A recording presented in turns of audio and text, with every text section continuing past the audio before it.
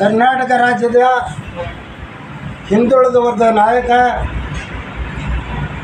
ಮತ್ತು ಎರಡನೇ ಅವಧಿಗೆ ಮುಖ್ಯಮಂತ್ರಿಗಳಾಗಿರ್ತಕ್ಕಂಥ ಸನ್ಮಾನ್ಯ ಶ್ರೀ ಸಿದ್ದರಾಮಯ್ಯನವರೇ ತಮ್ಮಲ್ಲಿ ನನ್ನ ಅತ್ಯಂತ ಕಳಕಳಿಯ ಮನವರಿಕೆ ಏನಂದರೆ, ತಾವುಗಳು ಅತ್ಯಂತ ಚಿಂತನಾಶೀಲರು ಇರ್ಬೋದು, ಬುದ್ಧಿಜೀವಿಗಳಿರ್ಬೋದು, ಆದರೆ ನಾ ಕಂಡಂಥ ನನ್ನ ಅನುಭವಕ್ಕೆ ಬಂದಂಥ ಮುಖ್ಯಮಂತ್ರಿಗಳಲ್ಲಿ ಅಥವಾ ರಾಜಕಾರಣಿಗಳು ಯಾರೇ ಇರಲಿಲ್ಲ, ದೇವರಾಜ ಅರಸರು ಇರ್ಬೋದು, ಎಸ್ ಎಂ ಕೃಷ್ಣ ಇರ್ಬೋದು, ಮತ್ತೋರ್ವರು ಅವರಿಂದ ಈಚೆಗೆ ನನಗೆ ಯಾರ್ಯಾರು ಮುಖ್ಯಮಂತ್ರಿಗಳವರೆಲ್ಲ ನಡೆಯುವಳಿಕೆಯನ್ನು ನಾನು ನೋಡಿದ್ದೇನೆ, ಗಮನಿಸಿದ್ದೇನೆ. ಮತ್ತು ಉನ್ನತ ಮಟ್ಟದ ರಾಜಕೀಯ ನಾಯಕರನ್ನು ನಾನು ಗಮನಿಸಿದ್ದೇನೆ ಅವರ ಮಾತುಗಳನ್ನು. ತಾವುಗಳು ಮುಖ್ಯಮಂತ್ರಿ ಆದ ಮೇಲೆ ಅಧಿಕಾರಿಗಳ ಮೇಲೆ, IAS ಅಧಿಕಾರಿಗಳ ಮೇಲೆ ಮತ್ತು ಉನ್ನತ ಮಟ್ಟದ ಅಧಿಕಾರಿಗಳ ಮೇಲೆ ಮತ್ತು ನಿಮ್ಮ ಸಹೋದ್ಯೋಗಿ ಮಂತ್ರಿಗಳ ಮೇಲೆ, ಬೇರೆ ರಾಜಕೀಯ ಪಕ್ಷದ ನಾಯಕರುಗಳ ಮೇಲೆ ಉದ್ದಟತನದ ಪ್ರಹಾರವನ್ನು, ಏಕವಚನದ ಪ್ರಹಾರವನ್ನು ಬಳಸ್ತಾ ಇರ್ತಕ್ಕಂಥದ್ದು ದುರ್ದೈವ. ನೀವು ತಿಳ್ಕೊಂಡಷ್ಟು ಈ ನಾಡಿನ 6.5 ಕೋಟಿ ಜನ ಶತಮೂರ್ಖರಲ್ಲ. ನಿಮ್ಮನ್ನು ಸಮರ್ಥನೆ ಮಾಡಿಕೊಳ್ತಕ್ಕಂಥವ್ರು ಕೇವಲ ನಿಮ್ಮಿಂದ ಅನುಕೂಲವನ್ನು ಪಡೀಲಿಕ್ಕೆ ಬಿಟ್ಟರೆ ನಿಜವಾದ ಪ್ರಜಾಪ್ರಭುತ್ವ ವ್ಯವಸ್ಥೆಗೆ, ಸಾಂವಿಧಾನಿಕ ಹುದ್ದೆಗೆ ಗೌರವ ಕೊಡ್ತಕ್ಕಂಥ ನಡವಳಿಕೆ ನೀವೆಲ್ಲೂ ಮಾಡ್ತಾ ಇಲ್ಲ.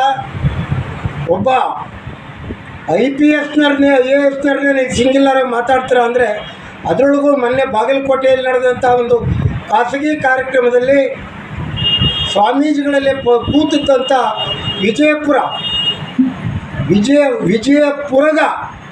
ಬಾಗಲಕೋಟೆ ಅಲ್ಲ, ವಿಜಯಪುರದ ಹಳ್ಳಿಯ ಖಾಸಗಿ ಕಾರ್ಯಕ್ರಮವೊಂದರಲ್ಲಿ ನಡೆದಂಥ ಕಾರ್ಯಕ್ರಮದಲ್ಲಿ ಸ್ವಾಮೀಜಿಗಳ ಪಕ್ಕದಲ್ಲಿ ಒಬ್ಬ AS ಅಧಿಕಾರಿ ಸೀಟನ್ನು ಅಲಂಕರಿಸಿರ್ತಾರೆ. ನೀವು ಭಾಷಣ ಮಾಡ್ತಕ್ಕಂಥ ಸಂದರ್ಭದಲ್ಲಿ ಹಿಂತಿರುಗಿ ನೋಡಿ, ಅವ್ರನ್ನ ಅತ್ಯಂತ ಆ ಓಟ್ ಸಮಾರಂಭದಲ್ಲಿ ಎಬ್ಬರಿಸಿ ಏಕವಚನದಲ್ಲಿ ಮಾತನಾಡಿ ಬೇರೆ ಕಡೆ ಕುತ್ಕೊ ನೀನು ಅಂತ ಹೇಳಿರ್ತಕ್ಕಂಥದ್ದು ಇದು ಉದ್ದಟತನ ಆಗ್ತದೆ. ಅದರೊಳಗೂ ಇತ್ತೀಚೆಗೆ ಗೊತ್ತಾಯಿತು ಅವರೊಬ್ಬ ದಲಿತ IAS ಅಧಿಕಾರಿ ಅಂತ. ಅವರು ದಲಿತರಿರಲಿ, ಬೇರೆ ಯಾರೇ ಇರಲಿ, ಮನುಷ್ಯ ಗೌರವ ಕೊಡಬೇಕಾಗ್ತದೆ. ನೀವು ನಡೆದು ಬಂದಂಥ ದಾರಿಗಳು ನಿಮಗೆ ಸರಿ ಅನುಭವಿಸ್ಬೋದು, ನಿಮ್ಮ ಒಗಳ ಭಟ್ರಿಗಿರ್ಬೋದು. ಬಿಟ್ಟರೆ ನಾನು ಪಕ್ಷಾತೀತವಾಗಿ ವಿಶೇಷವಾಗಿ ಇದನ್ನು ಖಂಡಿಸಬೇಕಾಗ್ತದೆ. ಇಲ್ಲಾಂದರೆ ಇದು ಯಾರಿಗೂ ತಪ್ಪಿದ್ದಲ್ಲ. ಈಗ ಏನು IAS IPS KS ಎಕ್ಸಾಮ್ ಬರೀತಕ್ಕಂಥವ್ರು ತಾವು ಗಮನ ಹರಿಸ್ಬೇಕು. ಈ ವಿಚಾರವನ್ನು, ಇವರ ನಡವಳಿಕೆಯನ್ನು ಖಂಡಿಸಬೇಕಾಗ್ತದೆ. ಇಲ್ಲ ಅಂತ ಹೇಳಿದರೆ ಇವರು ಮಾಡಿದ್ದೇ ಸರಿಯಲ್ಲ. ಇವರಿಗೆ 5 ವರ್ಷದಲ್ಲಿ ಇವರು ಯಾವಾಗ ಇಳಿತಾರೆ ಅಂತ ಗ್ಯಾರಂಟಿ ಇಲ್ಲ. ಸರ್ಕಾರಿ ನೌಕರರು ಕನಿಷ್ಠ 35ರಿಂದ 40 ವರ್ಷಗಳ ಕಾಲ ಸೇವೆಯನ್ನು ಸಲ್ಲಿಸಬೇಕಾಗ್ತದೆ. ಒಂದು IAS ಮಾಡಬೇಕಾದ್ರೆ ಏನು ತಮಾಷೆ ಮಾತಲ್ಲ. ಒಬ್ಬ ಮುಖ್ಯಮಂತ್ರಿ, ಒಬ್ಬ ದೇಶದ ಪ್ರಧಾನಿ ಹೆಬ್ಬೆಟ್ಟವ್ರು ಬೇಕಾದರೂ ಆಗ್ಬೋದು, ಅದೇ IASನವರು ಆಗ್ಬೋದು. ಆದರೆ ನೀವು ರಾಜಕಾರಣಿಗಳು ಯಾರಾದರೂ ಕ್ವಾಲಿಫೈಡ್ ಇಲ್ಲದೆ ನೀವು ಉನ್ನತ ಮಟ್ಟದ ಅಧಿಕಾರಿಗಳಿಗೆ ಆಗೋದಕ್ಕೆ ಆಗಲ್ಲ. ನಾನು ಮತ್ತೊಂದು ಜ್ಞಾಪಿಸ್ತೇನೆ, ಏನು ನಿಮ್ಮ ಆಡಳಿತಾವಧಿಯಲ್ಲೇ ಮೊದಲ 5 ವರ್ಷದ ಅವಧಿಯಲ್ಲಿ, ಎರಡನೇ 5 ವರ್ಷದ ಅವಧಿಯಲ್ಲಿ ಭ್ರಷ್ಟಾಚಾರ ಕೂಪಕ್ಕೆ ಅಧಿಕಾರಿಗಳನ್ನು ಸಿಕ್ಕಾಕ್ಸಿ ತಾವು ರಾಜಕಾರಣಿಗಳು ಬಚಾವಾಗ್ತಕ್ಕಂಥ ಸ್ಥಿತಿಯನ್ನು ನಿರ್ಮಾಣ ಮಾಡಿದಿರ. ತಮ್ಮ ಹಿತಾಸಕ್ತಿಗೋಸ್ಕರ ACB ಎನ್ನುವಂಥ ಒಂದು ಸಂಸ್ಥೆಯನ್ನು ಮಾಡ್ಕೊಂಡು ಅನೇಕ ಆರೋಪಗಳನ್ನು ಮುಕ್ತಗೊಳಿಸ್ಕೊಂಡಿದ್ದೀರಾ. ಮೈಸೂರಿನ ಮೂಢ ಹಗರಣ ನೇರವಾಗಿ ನಿಮ್ಮ ಕುಟುಂಬದ ಮೇಲೆ ಇದೆ. ಬೇರೆ ಹಗರಣಗಳೆಲ್ಲ, ಅರ್ಕಾವತಿ ಹಗರಣ, ಮತ್ತೊಂದು ಮಗದೊಂದು ಎಲ್ಲ ಇರುವಾಗ ನಾವು ಅಧಿಕಾರಿಗಳನ್ನು ಗೌರವಿಸುವ ಮಾತಾಡ್ತೀರಿ ಸಿದ್ದರಾಮಯ್ಯನವರೇ.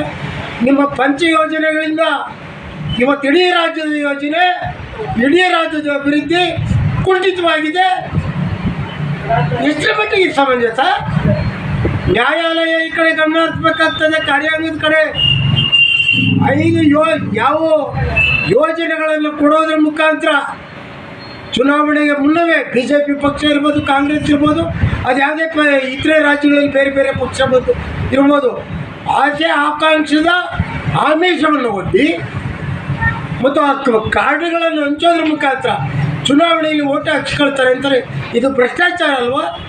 ಸಾಮಾನ್ಯ ಜನರನ್ನ, ಸಾಮಾನ್ಯ ಮತದಾರರನ್ನ ನೀವು ಭ್ರಷ್ಟಕೋಪಕ್ಕೆ ತಳ್ತಾ ಇದ್ದೀರಾ.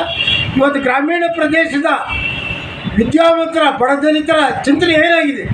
ವಿದ್ಯಾವಂತ ದಲಿತ ಮಕ್ಕಳ ಹಣವನ್ನು ಲೂಟಿ ಹೊಡೆದ್ರಿ, ವಾಲ್ಮೀಕಿ ಪಂಗಡದ ಹಣವನ್ನು ಲೂಟಿ ಹೊಡೆದ್ರಿ. ಇದಕ್ಕೆ ಅಧಿಕಾರಿಗಳನ್ನ ಹೊಣೆ ಮಾಡ್ತಾ ಇದ್ರೆ ನಾಚಿಕೆ ಆಗಬೇಕು ನಿಮಗೆ. ಸೇಮಗದಿಲ್ವೇನ್ರಿ ಸಿದ್ದರಾಮಯ್ಯನವರೇ? ಇದು ನಿಮಗೆ ಶಾಶ್ವತ ಅಲ್ಲ. ನಿಮ್ಮ ಇಡೀ ಕುಟುಂಬ, ನಿಮ್ಮ ಇಡೀ ಅನುಯಾಯಿಗಳು ಈ ಶಾಪವನ್ನು ಅನುಭವಿಸ್ತಾರೆ, ಮುಂದಿನ ಚುನಾವಣೆಯಲ್ಲಿ ಬುದ್ಧಿ ಕಲಿಸ್ತಾರೆ. ಈ ಸಂದರ್ಭದಲ್ಲಿ ಈ ಮಾತನ್ನು ಹೇಳ್ತಾ, ಕರ್ನಾಟಕ ರಾಜ್ಯದ ಎಲ್ಲ ಜನರು ಪಕ್ಷಾತೀತವಾಗಿ ಎಲ್ಲರೂ ಸಹ ಇದನ್ನು ಖಂಡಿಸಬೇಕಾಗ್ತದೆ. ಎಲ್ಲಿ ಕಾರ್ಯಕ್ರಮದಲ್ಲಿ ಯಾರು ಕೇಕ್ ಹಾಕ್ತಾರೆ, ಚಿಲ್ಲೆ ಹೊಡಿತಾರೆ, ಯಾರೇ ಅವರು? ಒಬ್ಬ DC ಅಂದ್ರೇನು? DC ಜವಾಬ್ದಾರಿ, ಅದು ಸಂವಿಧಾನಿಕ ಹುದ್ದೆ. ನಿಮ್ಮದು ಸಂವಿಧಾನಿಕ ಹುದ್ದೆ, ನಿಮ್ಮದು ಅತಂತ್ರ, ಅವ್ರದ್ದು ಶಾಶ್ವತ. ಈ ಮುಖಾಂತರ ನಾನು ಮನವಿಯ ಮುಖಾಂತರ ಎಚ್ಚರಿಕೆಯನ್ನು ಕೊಡ್ತಾ ಇದ್ದರೆ, ಇನ್ನು ಮುಂದಾದರೂ ತಮ್ಮ ಉದ್ದಟತನವನ್ನು ತಿದ್ದುಕೊಳ್ಬೇಕು. ಇಲ್ಲವಾದಲ್ಲಿ ರಾಜ್ಯದ ಜನರು ಸುಮ್ಮನೆ ಇರಲಿಕ್ಕೆ ಆಗೋದಿಲ್ಲ ಅಂತ ಈ ಮಾತನ್ನು ಹೇಳ್ತಾ, ಈ ಮಾತನ್ನು ವಾಟ್ಸಪ್, ಫೇಸ್ಬುಕ್, ಯೂಟ್ಯೂಬ್ನಲ್ಲಿ ಮಾತಾಡಲಿಕ್ಕೆ ಅವಕಾಶ ಸಿಕ್ಕಿದ್ದಕ್ಕೆ ನನ್ನ ತುಂಬು ಹೃದಯ ಕರ್ನಾಟಕ ರಾಜ್ಯದ ಜನತೆಗೆ ಧನ್ಯವಾದ.